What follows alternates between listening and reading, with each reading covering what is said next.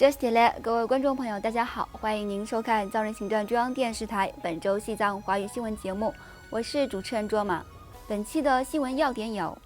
达赖喇嘛尊者致函慰问印度喜马偕尔邦受灾民众；达赖喇嘛尊者抵达拉达克列城，受到各界民众迎接；世界各地的藏人隆重庆祝达赖喇嘛尊者88岁华诞；台湾国会西藏连线副会长洪胜汉议员访问达兰萨拉；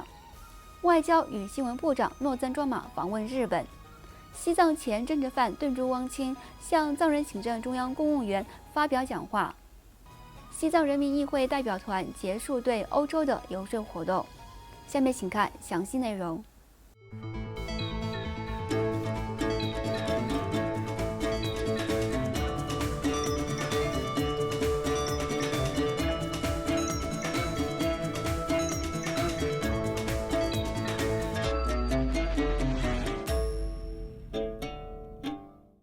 西藏精神领袖第14世达赖喇嘛尊者于本周三7月12号致函印度喜马偕尔邦首席部长，对印度北部，特别是喜马偕尔邦境内连日来的特大暴雨引发洪水和山体滑坡造成的生命和财产损失表达慰问。达赖喇嘛尊者在慰问受灾民众的同时指出，据我所知，贵邦政府和相关机构正在尽其所能地救助那些受灾害影响的人们，并为他们提供救济。为了表达我对贵邦人民的深远，我已指示甘丹颇章信托基金向灾区民众提供救济资金。此外，西藏精神领袖达赖喇嘛尊者于本周二7月11号上午，经印度首都新德里抵达拉达克首府列城，受到拉达克民众、流亡藏人和学生在内的数万名僧俗信众的隆重迎接。在抵达列城机场时，达赖喇嘛受到拉达克佛教协会领导人提克赛仁波切、达隆马楚仁波切、达隆泽楚仁波切、加多仁波切和竹巴康扎仁波切，以及拉达克山林自治委员会主席扎西杰松、印度国会议员加扬次仁郎杰和藏人行政中央驻拉达克首席代表顿珠扎西，以及数万名拉达克民众的隆重迎接。根据尊者官网的消息，达赖喇嘛尊者在拉达克为期1个月访问期间，将于7月21号至23号，应拉达克佛教协会和寺院协会的祈请，在拉达克列城近郊的和平宫向拉达克民众为主的各方信众传授为期3天的佛法，并出席上述2个协会为尊者举办的长寿法会。另外，在西藏精神领袖第14世达赖喇嘛尊者迎来88岁华诞之际，藏人行政中央和世界各地的藏人、支持西藏团体等于上周四7月6号当天隆重举办了盛大的庆祝活动。在藏人行政中央于印度北部达兰萨拉举行的官方庆典上，首席嘉宾印度喜马偕尔邦首席部长苏克温德辛格苏胡，特邀嘉宾台湾国会西藏连线副会长洪胜汉，藏人行政中央民主3大支柱的领导人、各部门部长及秘书长，以及数千名藏人和各方信众共聚一堂，隆重庆祝了尊者88岁华诞。达赖喇嘛尊者在官方庆典上发表讲话时，主要分享了他一生致力于利益世人的承诺，并强调了保持慈悲之心、利益他人的重要性。首席嘉宾苏克温德辛格苏虎向尊者致以88岁华诞的问候，并称尊者是世界和平与慈悲的象征，爱与兄弟情谊的使者，以及强调尊者的一生是对世人的鼓舞。特邀嘉宾台湾国会西藏连线副会长洪胜汉在致辞时，高度赞扬了达赖喇嘛尊者在倡导西藏的民主与自由，以及在促进人类福祉方面所做出的无与伦比的贡献。此外，他还强调了台湾与西藏共同遭受中国政府的威胁与压制，以及台湾人与藏人在打造民主与自由的道路上相互扶持的重要性。随后，藏人行政中央司政编发次仁和第17届西藏人民议会议长堪波索南丹培分别宣读了嘎夏和议会的声明。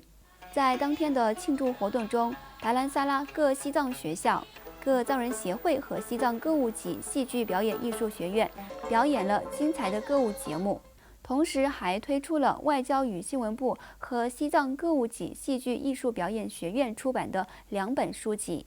另外，司政边巴次仁还向6名服务年满25年的藏人行政中央公务员颁发了奖章，同时为2名杰出的公务员颁发了卓越服务奖。同样分布在世界各地的藏人和支持西藏人士，包括驻北美、布鲁塞尔、台湾、日本、澳大利亚、俄罗斯、蒙古、法国和拉丁美洲的办事处，都在当天隆重庆祝了达赖喇嘛尊者的88岁华诞。与此同时，美国西藏问题特别协调员乌兹拉泽雅女士于上周四7月6号出席了藏人行政中央驻北美办事处在华盛顿特区举办的达赖喇嘛尊者88岁华诞庆祝活动。当天，美国马萨诸塞州、夏洛维茨尔和明尼苏达州的藏人协会也举办了隆重的祝寿活动。多名美国官员带领工作人员和支持西藏人士参加了庆典。美国国会众议员吉姆·麦戈文率众议员林萨·萨巴多萨、众议员戴尼尔·凯里和众议员克里斯汀·埃莱契特出席了在马萨诸塞州举行的庆祝活动，而众议员桑德拉·菲斯特和其他政要则出席了在明尼苏达州举办的庆祝活动。当天，总部位于印度首都新德里的印度西藏友好协会及其设立于比哈尔邦、中央邦和马哈拉施特拉邦的分会，通过组织各种活动和项目，庆祝了达赖喇嘛尊者的88岁华诞。此外，台湾国会西藏连线副会长洪胜汉议员于上周一7月3号开始，对藏人行政中央和达兰萨拉展开了为期1周的访问。在参访藏人行政中央总部期间，洪胜汉议员于7月4号先后拜会了司政边巴次仁和西藏人民议会正副议长，双方深入讨论了台湾与西藏的关系、当前的国际局势对西藏和台湾提供的机遇和前景，以及台湾与西藏作为长期遭受中国政府威胁与压制的国度，双方未来在打造民主与自由的道路上的合作及相互扶持等议题。在与正副议长进行会谈时，主要谈到了中国政府为了政治利益而散布的错误信息，以及加强台湾和西藏议会之间关系的重要性，并呼吁台湾和其他民主国家的议员更多地参与国际支持西藏议员网络。在参访达兰萨拉期间，洪胜汉议员觐见了西藏精神领袖达赖喇嘛尊者，还拜会了外交与新闻部部长诺增卓玛、秘书长噶玛曲英和助理秘书长丹增列谢及相关官员。此外，他还参访了西藏政策研究中心、西藏医学与历算学院、西藏博物馆、西藏儿童村学校等各机构，并且与各非政府团体的代表进行了会谈。随后，以特邀嘉宾的身份，还出席了在达兰萨拉大乘法院举行的达赖喇嘛尊者88岁华诞官方庆祝活动。另外，藏人行政中央外交与新闻部部长诺增卓玛于本周一7月10号首次对日本东京展开访问。在抵达东京国际机场时，诺增卓玛部长受到藏人行政中央驻日本代表次汪加布阿若亚博士、当地藏人协会和支持西藏团体代表的迎接。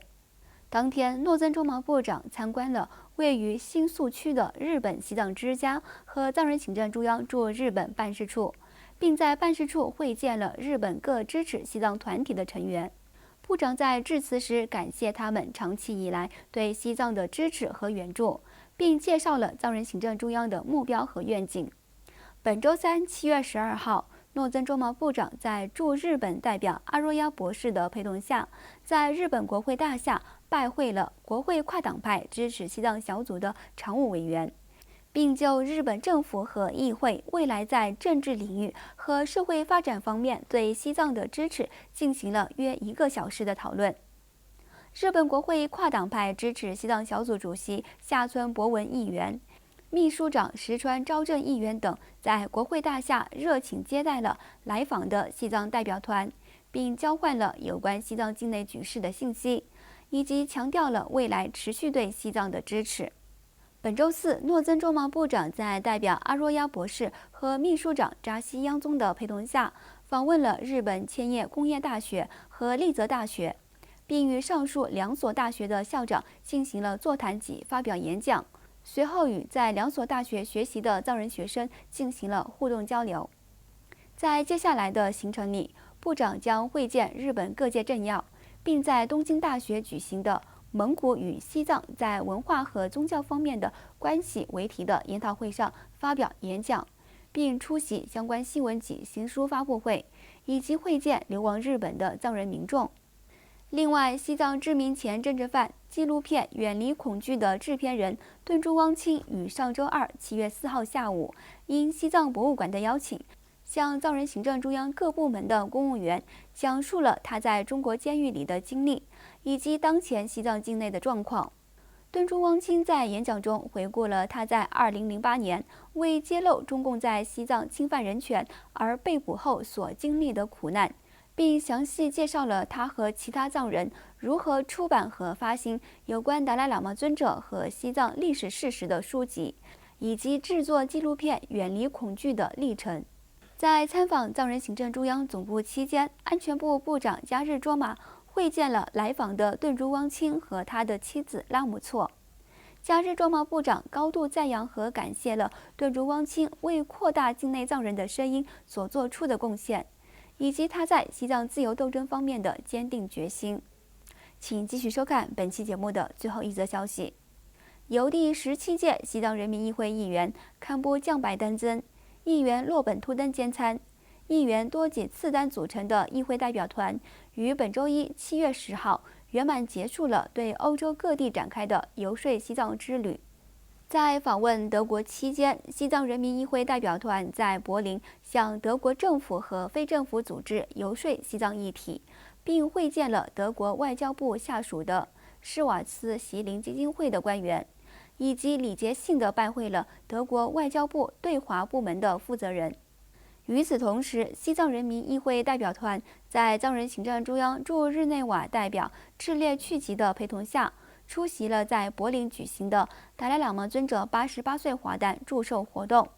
在此次访问行程的最后一站，议会代表团参观了佛里德里希脑脉基金会，并会见了该基金会国际部门副主席玛利亚·沃尔夫、亚洲部门负责人查尔斯杜维纳奇和工作人员。双方就脑脉基金会和西藏人民议会合作的相关项目交换了意见，并进行了互动交流。